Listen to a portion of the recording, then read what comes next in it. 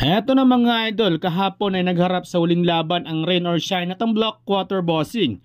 At yun nga, natalo ng bossing ang Ross sa score na 118 to 139. Though kahit nanalo ang bossing ay NLEX pa rin ang nakapasok sa playoffs. Sa laban kahapon ay nakapagtala si King ng 64 points at bagong franchise yon sa bossing at career high para kay George King. Sayang nga lang sa bossing ay 0-3 na nang pumasok si King sa PBA. Dahil kung siya lang ang naunang kinuha ng bossing, ay malaki pa sana ang tsansa na makapasok sila sa playoffs. Pinatunayan lang talaga niya na deserve niya ang pagiging king sa PBA.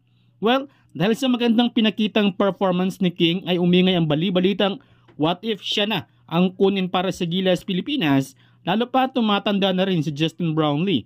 Habang si Clarkson naman ay busy lagi sa NBA.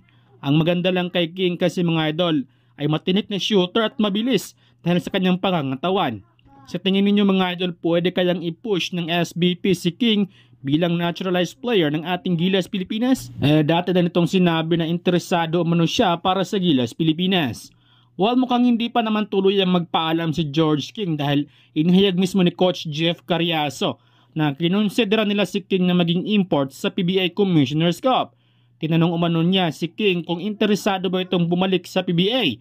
Ayon kay King na nag-i-enjoy umano siya dito sa Pilipinas. Samantala, instead na temporary replacement kay Scottie Hobson si Jalen Jones ay napagpasyahan na ng pamunuan ng Converge na manatili na ito sa koponan dahil sa magandang pinakitang performance nito.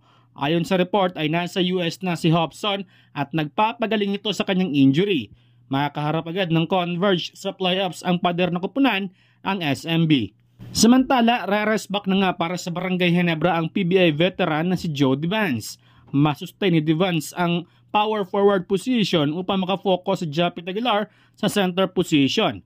42 years old na itong si Devance. Hindi umano niya inaasahang makakabalik pa siya sa PBA.